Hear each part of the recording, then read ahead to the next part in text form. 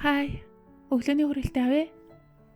Өнөөдөр бид найзтайгаа уулзгаад Тэнжин гээд өөр хот руу явах ёстой. Тийм болохоор өглөө эртхэн хүрээлтээ аваад эртхэн гарахаа тий.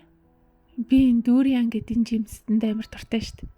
Гэхдээ яг ингүүл мэддэг хүмүүс л намайг паах ямар цааван ингэн яг мэдчихэв. Яагаад гэвэл энэ амар өмхөн үнэртэй за. Тэгээ дээрэс нь одоо жоохон нухсан сармис шиг амттай. Гэтэ яагаад ч юм би хаяад амар дуртай болчихсон. Би ер нь гэхдээ жоохон өмхөн амттай юм дуртай.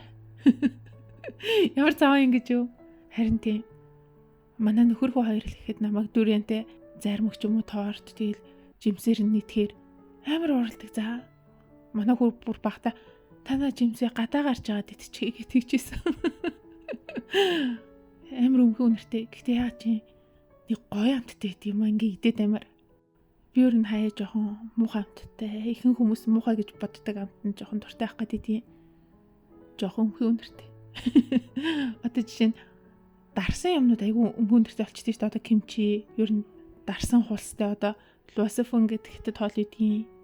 Тэгсэн чинь манай нөхөр тийм хоолны жоохон хурц үнэртэй, өмхөд үнэртэй хоолнд амар дургу за. Тэгэд ажлынх нь нөгөө хоёр охин там нөгөө нийтээрээ судаг офисын өрөөндөө луасафон гэдэг тэр нөгөө өмхий үнэртэй тэр нөгөө шилдэ хоолыг захиалж идчихээд тэгсэн чинь манай нөхөр бүр ингэ тэсгүй та хоёр хоолны газар орш наадгаа идэж офист идээд бүр дотор мох хариулаад тэгээд хоолны газар руу явуулсан гэсэн. Ер нь бол жоохон сонио үнэртэй ч гэсэн амар гоё. Өнөөдөр нөхрийн нэг бүтлгүүтлийг ярив. Нөхөр нөгөө дээр дэлгүүрт пүүз өмсч үзээд тэгээд тэр пүүз нь жоохон өмсгөл багтаа байсан гэсэн. Тэгэд нэг хүмүүс гэрлүүгээ захиалаад авчигээ. Тэгэд нөхөр 42 хайрцмаар өмсдөг байхгүй. Тэгэд өмсгөл жижигтэйсэн болохоор 43 44 хайрцмаарыг гэрлүүгээ захиалаад тэгэд өмсч үзчихээд аль таарснаа авъя гэд тэгсэн. Тэгэд хоёр пүүз нь хоёул ярьсан байхгүй юу?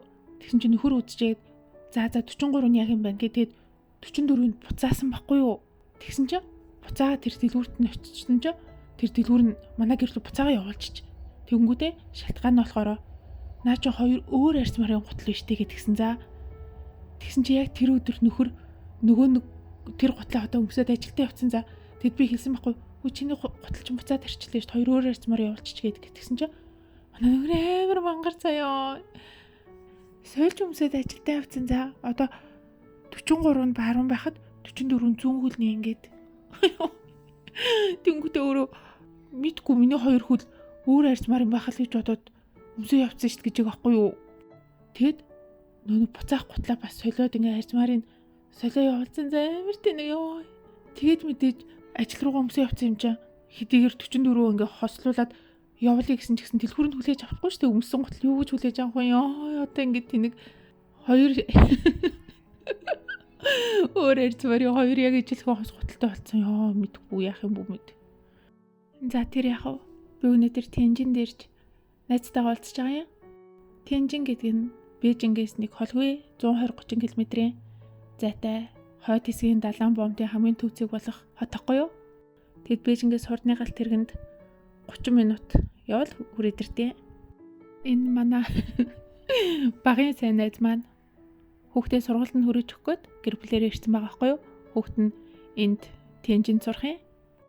Тэгээд хүүгээ сургуульд нь хүргэж өгөхийн зэрэгцээ ялдамт гэж мэгээд нөхрийн маань найзын маань нөхөр бас эн чинь нэг үйлдвэртэй уулзна нэг ажилтаа гэдгсэн. Тэгээд намайг 2 хоног хамт яваад өгөөч гээ. Тэгээд би өнөөдөр маргааш та найзынхаа нөхөртэй хамт гадуур ажилтаа юм.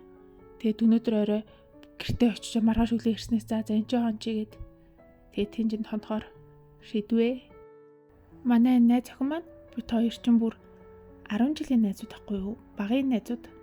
Тэгээд Монголд Муист, Багнанг, Хуланг төгсөөд тэгээд юу н төгснөөс хойш дандаа л төрийн байгууллагт мэргэжлэрээ ажилласаар байгаа.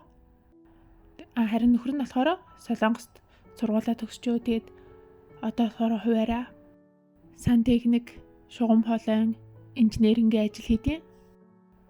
Тэгээд нөө Солонгост сурдаг байхдаа Солонгосын олон ангид кино тоглосон гэж за. Тэгэд би бүр ямар кино яг яасан гэд бүр ингэж хэлэхгүй байхад нь асуугаа за. Үдмээр байна энэ төр гэж тэгсэн чинь 80 ангид олон ангид киноны 50 анги дээр нь би гарсан энэ төр гэдэг байхгүй юу. Тэгээ шалгаасаар агаад яриулсан чинь за Жүмүн хаан гэсэн тим киноны за тэгэд нэг оюутан багтаа Монгол оюутан болохоор сургуулиас нэг мэдээллийг аваад тэгэд Монгол оюутан юм чи мөрөн чаднаас тэгээд чадна мадна гэдэг. Одоо түүхэн кино одоо дайм байлтантай кино байж таарна шүү дээ. Тэгээд юу н бараг 50 ангид нь мөрөнж арийн бэкграунд тоглосон гэсэн.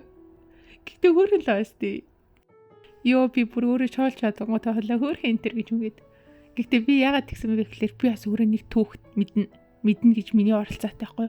Манай найз хоёрыг нэг найзын таньдаг нэг найруулагч залуу хүрээ дээр нэг кинонд яг юм ярихгүй гэхдээ нэг юм хүрэн дүр болоод тах гээд.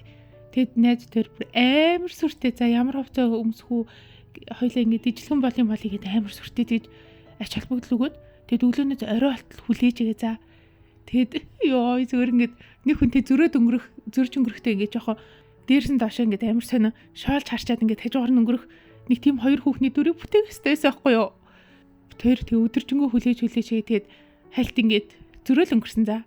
Тэгсэн чи хамгийн нийтийн кинон дээр нь бит хоёр юм бүр дүрсэж байгаахгүй за бит хоёрыг хасаа ийцээ. Тийм болохоор би энэ бэкграундын олны хэсэгт тоглолтог дөрүүд амар аюултай хасагдчихдгийг мэддэг байхгүй юу. За бит хоёр өнөөдөр өөр хотлоо очиж ажлын холбогдлолтой үйлдвэр дээр очиж уулзалт хийсэн. Ер нь хятадуудтай миний бодлоор гэрээ байгуулах, ер нь хамтарч ажиллах бол амар сайн хяналттай. Үнэхээр гэрээн дээр ярилцсан тохиролцоон дээр бүр маш сайн байх хэрэгтэй гэж боддог. Маш хинамгай. Хятадууд ч аман дээр нэг юм ярих. Бичиг цаасны ажил дээр бас нэг тэрийг өөрчлөөд өөрсдийн мэдээж давуу тал болгохыг тийм ахтар увайгүй үйлдэл гэж ботхоос илүү одоо баг сэргэлэнтсэн зөв үйлдэл гэж харчих гаддаг байхгүй юу? Хятадууд ч юу тэгээд нэг ихтгэлцэл юм гэхээс илүү яг үнэн бодит релист тийм хандлагаар юм ханддаг болохоор мөнгөнд маш их ач холбогдол өгдөг. Хүнээс мөнгө авахын өмнө бол үнэхээр сайхан, дайлцайлал бүр чухамгүй сайхан байдаг. Тэгэд яг хүнээс мөнгө авал өөрсдийнх нь үүрэг ажил хийснээ дараа бол ер нь бол бас зангаа таниулдаг газрууд олон байдаг.